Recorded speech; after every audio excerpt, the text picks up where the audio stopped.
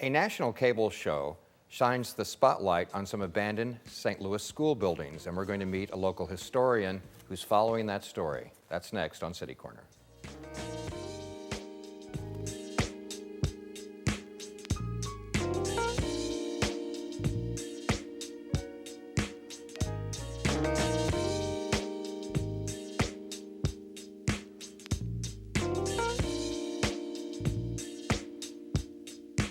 I'm Steve Potter, and welcome to City Corner.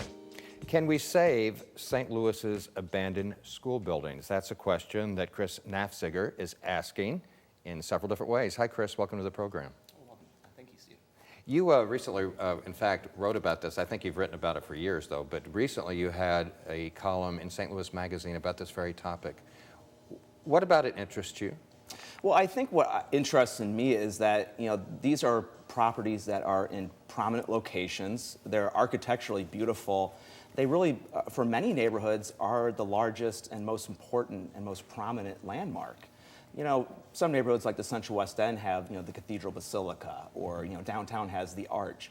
But for other smaller neighborhoods further away from downtown, their school building is their most prominent landmark and sort of their source of pride. Now, when we're talking about abandoned school buildings in St. Louis, does the city still own them, or does that vary from building to building? Well, they're owned by the public schools. A few of the buildings are, of course, now owned by other entities as well. The school district has been successful in selling some of their surplus property, but for the most part, there's at least 24, if not 36, schools which are still owned by the school district that are sitting vacant. Isn't that a drain on the books? I mean, even an abandoned building, doesn't that cost a lot in insurance and upkeep? I'm sure it does. And in particular, one of the things that's very important is a lot of these schools don't seem to be very carefully watched. Something that I really always notice as I travel around the city to different parts of different neighborhoods is that oftentimes it's very quickly, very obvious that they've been vandalized. In particular, I frequently see examples of a lot of air conditioner theft, copper theft. Right. And probably like graffiti, too. Yeah, to a lesser extent. Certainly more so on the inside of buildings. A lot of those old gymnasia provide very large canvases for graffiti. I think it's just, there's something about these schools. You see them, they're very beautiful, and they've got windows smashed out. And there's plywood on the windows. Some of them have caught fire underneath strange circumstances. Maybe necessarily electricity's been cut off. How does it catch on fire that way? It's really sad to me to see these buildings, when they're really prominent, they're oftentimes the largest buildings in the neighborhood. They stick out like a sore thumb, more so than just a small house being abandoned. And aren't they, some of them are done by like noted architects? Right, so for example, William Ittner and Rockwell Milligan, they worked back in the early 20th century, very famous. In fact, they sort of revolutionized what school buildings were supposed to be like in America. In fact, it's another great example of how influential St. Louis and its history has been on the rest of the United States and even the world. There are many perfectly fine, very historic buildings that were built before Ittner and Milligan, but I think really the ones that the average St. Louisan sees as they drive around the city are going to be ones designed by that team. And they're beautiful, they're architecturally stunning, large windows. Certainly this idea of having a lot of light coming into the building, really great ventilation, was something that was very revolutionary. I get the impression, and maybe it's an incorrect impression, that our schools here, our old ones, the ones you're talking about, are as nice or nicer than other cities have. Do they really stand out? I think they really do, and what's interesting is that Ittner and Milligan also had commissions in other parts of the United States. So it's always fascinating to see how St. Louis's architecture begins to influence other parts of the country. In fact, some art historians argue that really Ittner and Milligan gave us the modern school as we know it. Well, St. Louis, I would think, Chris, that any big city is going to have some abandoned old school buildings. Do you have reason to believe that that's more of an issue here than it is in other large cities? Well, that's a great question. I think it's probably something that many cities struggle with. I know certainly up in Chicago, there's a real problem with schools being closed, and it's a big controversy right now up in Chicago. But St. Louis, I think it's a major problem. I think it's a bigger problem than, say, I saw in, for example, Washington, D.C., where I once lived. I didn't see these abandoned school buildings everywhere. Now, obviously, they have maintained a larger population. I think all these abandoned schools are just this kind of really glaring reminder that we've lost 500,000 people in this city. And is the reason that we're noticing is because of this beautiful architecture? If they were just plain run-of-the-mill buildings, maybe it really wouldn't be an issue? You know, I think definitely the architecture does stand out. In a city of a lot of red brick houses, you oftentimes come across these Ittner and Milligan schools, which are oftentimes more of a dark, rich red or lots of stone accents. I think they do stand out because they are such beautiful buildings. Plus, you know, so many people have fond memories. Remember, these are buildings that have a common history for thousands, hundreds of thousands of St. Louisans. So I think they're kind of sore thumbs sticking out compared to the rest of the abandoned in this city. In September in St. Louis Magazine, you wrote an article about this topic, abandoned school buildings in St. Louis, and I think you started off your column, your article with, I think it's time for me to, I'm paraphrasing, it's time for me to write again about this issue. So this has been something you've been following for a while. Yeah, I've probably been following it now for 9 years. And I want to stress other people like Rob Powers and Michael Allen have been following it for even longer, upwards of 20 years. Are they journalists? Or? Yeah, they're art historians, architectural historians. Rob is an architect himself. It's gotten worse, though. I think you watch the enrollment of St. Louis public schools, and it's really dramatically declined. That's just because the population's dropping. Correct. And also remember, many students now go to charter schools and other private, and people have always sent their children to Catholic schools here in the city. So that's even more devastated the St. Louis student population because they're being taken away. And remember, up until just a couple years ago, St. Louis public schools had a policy of not selling their surplus property to charter schools out of principle. So what did charter schools do? They went and took school buildings and made them out of like office buildings, out of old Lutheran schools, et cetera. And some new construction too. And definitely new construction as well. And that's another thing that's important to realize. St. Louis Public Schools has built new buildings as well, which is fine. However, it's oftentimes come at the detriment of these neighborhood landmarks, which are anchors. So recently, as I said, you just wrote this article for St. Louis Magazine, and you talk about there is a national cable TV show that came to St. Louis, I guess it was about a year ago, and did research and ended up just recently broadcasting an entire program on the buildings that we're talking about right now. Right. I haven't actually gotten a chance to see it yet, but it's interesting. A lot of people ask me, so Chris, what do you think about St. Louis getting attention for this? And, maybe the old adage, there's no such thing as bad publicity. I think definitely there's been a little bit more stirrings out of the public schools to do something about these buildings. I think it was good that this national TV show, put a spotlight on this problem here in St. Louis. Well, we have the trailer to that. We're going to take a look at it. The name of the program is Abandoned, and this is just a short trailer and give you an idea of what the program was all about. So why don't we take a look at that? The city of St. Louis is home to just over 300,000 people. Today, there's over 20 abandoned schools in St. Louis. It is painful to see this. Imagine what this neighborhood could be. This is sort of like St. Louis in a whole. Like I see the school and like I see St. Louis. It's like someone who's in a relationship where you don't know your worth. This is what happens when you don't realize what you have. Okay, good. That's central. Okay, that's the Viceland network, and I guess if you Google that, you can figure out how to watch it. I'm not real good with all the cable stations, how to find them. Yeah, I'm not either. But it looked like a fascinating program. Yeah, I definitely, and I'm really glad that they focused on Central High School, which is that school that you could see in that trailer. That, in my opinion, and I wrote about it at the Riverfront Times about two and a half years ago, Central High School for me it's almost like the poster child that represents what's happened to St. Louis public schools that have been abandoned. Central High School has this long, rich history, and the building has just been destroyed. I think you could even see in that trailer just how much of the original copper has been ripped off.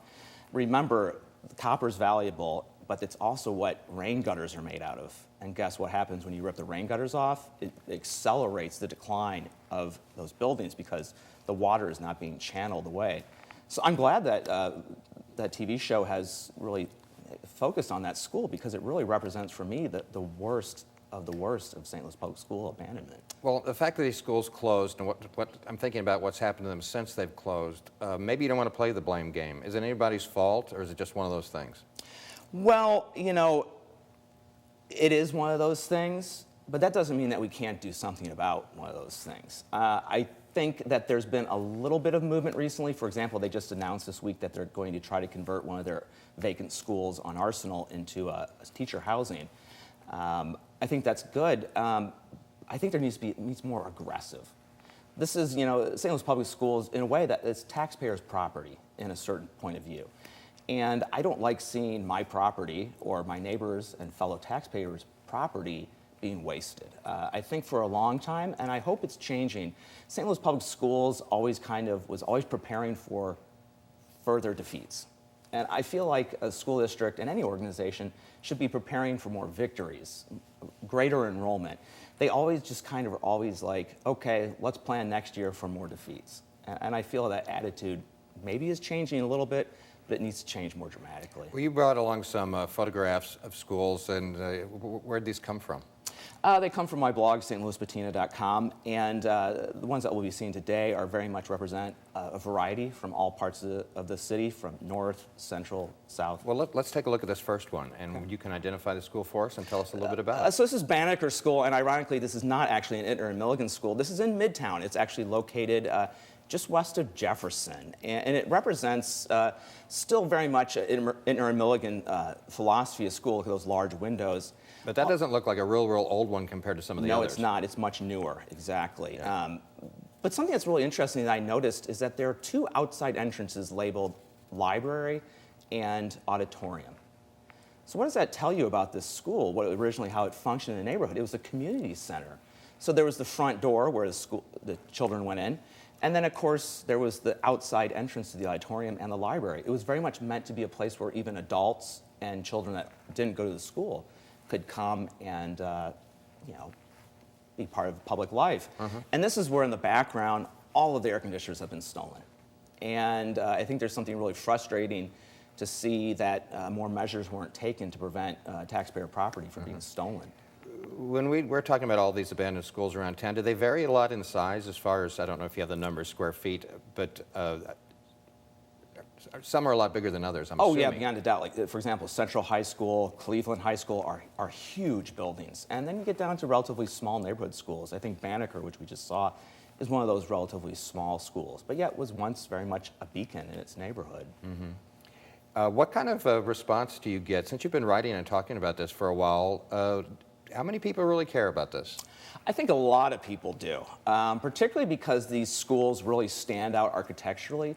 Also, I get a lot of response from people who moved to the St. Louis County, which hundreds of thousands of St. Louisans have done over the last 50 years, people who moved around the country.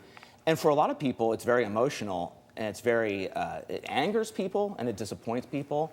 I also get a fair amount of people who feel like these abandoned schools represent sort of an overall decline in America, which I don't necessarily subscribe to, but I understand where they're coming from. If a society can't even keep its great landmarks occupied, what hope is there for the rest of the city? We're going to take a look at some more beautiful abandoned schools in St. Louis when we come back from this break, so stay with us.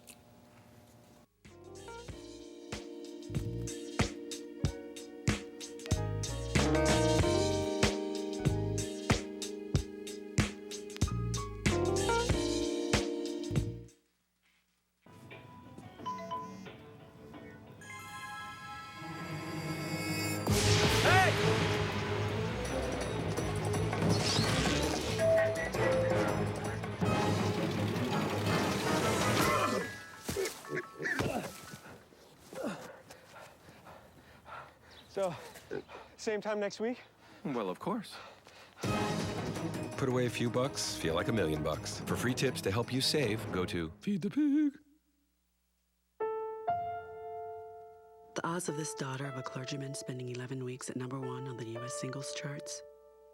1 in 19 million. The odds of going on to win 6 Grammy Awards? 1 in 1.4 million. The odds of having a child diagnosed with autism? 1 in 110. I'm Toni Braxton, and I encourage you to learn the signs of autism at autismspeaks.org.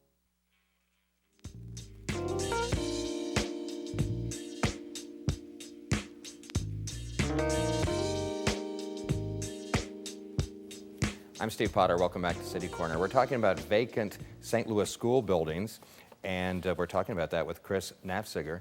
He's a historian who's written about this for the Riverfront Times and St. Louis Magazine. Before we go any further, I'm just kind of curious about your background because you have obviously work as a journalist, but I know you have sort of an art or an art history background too. So what are you all about? Well, so, my original interest was, Italian Renaissance painting and sculpture and architecture. And I discovered that when I began to look at the architecture of St. Louis, that you could see that Italian Renaissance philosophy and tradition coming through. We always talk about how influential the Renaissance is, but it really is still to the present day.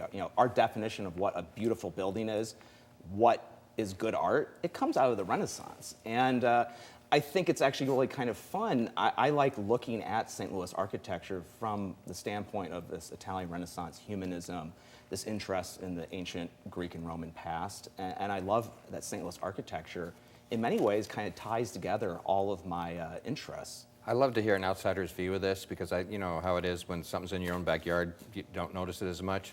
But really, over the years, every time I've ever interviewed someone that's involved in architecture or art who is from out of town or out of this country, they go on and on about how fantastic architecturally old buildings are in St. Louis, that it really is astounding. It's not the run of the mill. No, I think it's very true. And I think, I actually was just traveling in another part of the country a couple weekends ago where the housing stock and the building stock is primarily wood frame. And, you can build beautiful houses with wood frames, but over 100 years, overall, they all start to sag. They start to look a little rough around the edges.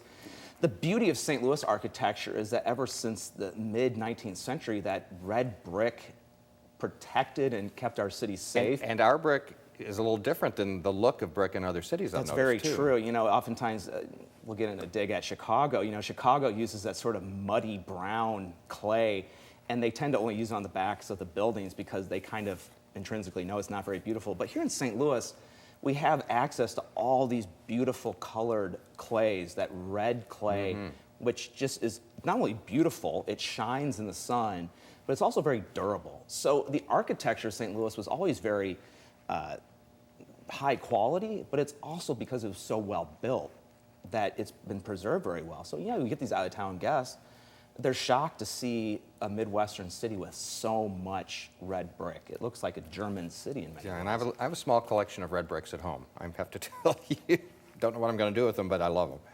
Let's look at some more photographs you brought along of some of St. Louis's abandoned school buildings. And you mentioned Central earlier, Chris. Correct, yeah. And so, just kind of give you an idea, there's these large sort of unkempt trees blocking the view. As you can see, there's old plywood and there's new plywood on this building. There's been sort of this kind of just long history of this building just being trashed, vandalized. There was this beautiful stone balustrade that comes out the front of the building, and someone just smashed it. There would have been no value in scrapping, but to be honest, the vandals they take their cues from society in general. They see this beautiful building just being abandoned and not cared for by its owners, and they feel like, nobody cares, that nobody will care if we just decide to destroy the beautiful architecture because it doesn't look like anyone cares in the first place. And that's the building that does appear in that Viceland. I can't help but to think, too, I think we're all influenced by the environments we're in, and not that it would make the world a difference, I guess, but if you're in a magnificent building growing up and young, it seems like it might inspire you to be at school, to go to school. You know what I mean? Well, yeah, that's an interesting theory, about the idea that can architecture change a person's attitude? And certainly coming out of the Renaissance, there was this idea that architecture can make you a better person. It's a great question. I'll be honest, I went to schools out in the county, none of which were architecturally significant. Right. In fact, they actually were kind of infamous for their poor construction, by the way. And I'll be honest, if the teaching's great, I went to Truman State University. Most of my classes were in a building that was later completely gutted because it was in such bad condition. But I didn't notice because my professors were amazing. But that being said, I can't help but think that going to a building that does have a rich history, you think about Europe. I have friends that went to schools that go back 600, 700 years. They're in buildings sometimes that are even older than that. And they did tell me that there is this sort of sense of continuity. There's a sense that you're at somewhere special. And when you're in a building that's just kind of slapped up cheaply and I call it disposable architecture, because that's what it is. It'll be demolished in 25, 30 years. Right. Non-disposable architecture, architecture built to last, I can't help but think that inspires people. I think certainly maybe more so adults as well. You send your child to a building that looks beautiful. Think about Washington University. Right. You have to think that some people are just innately, subconsciously influenced to go to Washington University because of the beauty of the campus. It looks like a great university, and it is a great university. I feel smarter when I just drive by. Right, yeah, you can't help but look at those buildings. They're just incredible, and I think there is something to architecture inspiring people. Well, let's take a look at some more inspiration, and these are vacant buildings. We have several images here of Cleveland High School. Yeah, Cleveland High School is located down in the very bustling, very densely settled neighborhood of Dutchtown. It was closed several years ago, and it's just been absolutely trashed. Again, you can sort of see some broken windows. It's for sale for, I think, about $2.5 million, which honestly, I think is a little too much, particularly because there's been so much damage. Now, in fairness, the public schools did allow people to tour these buildings last year. But there's, and they always talk about the cost of maintaining them. Well, the cost of maintaining these buildings skyrockets when they're abandoned and when they're vandalized and trashed. And Cleveland High School sits right in the middle of thousands of children living around there. Why could we not keep this school building open? I think we've got one more shot of Cleveland here. And just well, that's a nice detail. Yeah, look at, I mean, talk about a great example, terracotta work here. You can be a chemist, but you can also be a blacksmith.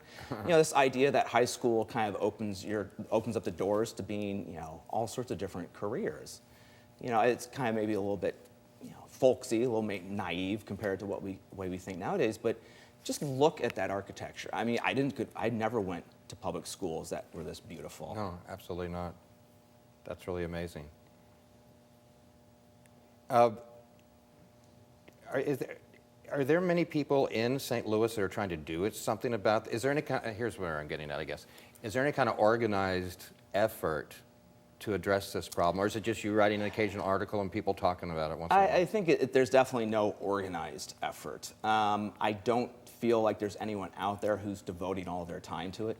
I think you think it kind of about triage. I mean, I think most people are focused on improving the academic performance, and the school buildings kind of get left behind. It seems like, this is off the top of my head, but if you have a struggling neighborhood with an abandoned school, it seems like maybe if you take the school and make it a community center, it might just trigger redevelopment all around it. Well, I think that you bring up a very good point. I think it's one thing I've actually suggested is that I think the school district needs to be much more open about possible tenants.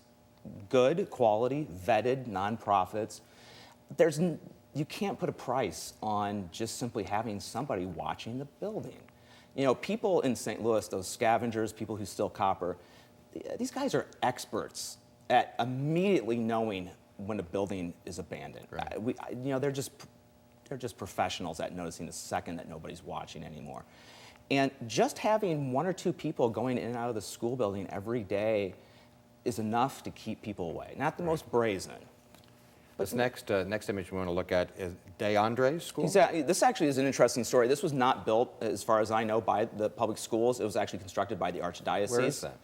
It's way up North St. Louis, almost Interstate 70, around Taylor and Newstead. I guess we call that the Penrose neighborhood. It's sort of famous. It's where the late musician Bob Reuter went to high school. That's how I first became interested in it. It was bought by the public schools. And that's this guy that had the radio show on exactly, KDHX, yes. Right? He was famous as a photographer, musician, and the radio show. Exactly. And it's ironic, it only lasted for like 20 or 30 years. Bob Reuter only was there at the tail end of the school being in existence, and then it closed. And then now it's just sitting vacant as well. What's its future? I don't know. This next one is Gundlach. Exactly. Just another good example of, Ittner and Milligan loved that sort of Tudor revival, that sort of 16th century architecture of England and Northern Europe. Just kind of a little bit of influences of Gothic architecture. And look at that brickwork. I think it's called the Dutch Bond. You know, it's very beautiful, very much meant to be a very inspiring place. But what do you see right there in the front? A broken window. And someone has done it recently. You can see that plywood, at least when I photographed this, was relatively recent. We have a couple shots next of Hempstead. Where's Hempstead? That's up in the Wells Goodfellow neighborhood, if I remember correctly, Hamilton Heights area, up near Natural Bridge. Now that's got some square footage there, it looks like. It's a huge building, yes, and I think it's pretty obvious in that front portion of the building, it caught on fire at one point, and I don't know what happened. That issue there in the roof, you mean? Yeah, exactly. You can see actually the scavengers hadn't come for the drain pipes yet, but you can see very clearly. Do you see how they ripped the downspouts off and sold them for scrap?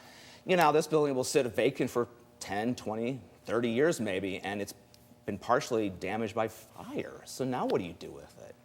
And again, would it have killed anyone just to simply have had a couple of people renting out a couple of classrooms for their nonprofit? Yeah, you mentioned nonprofits. They're always need a deal and looking for a place. That seems like a natural.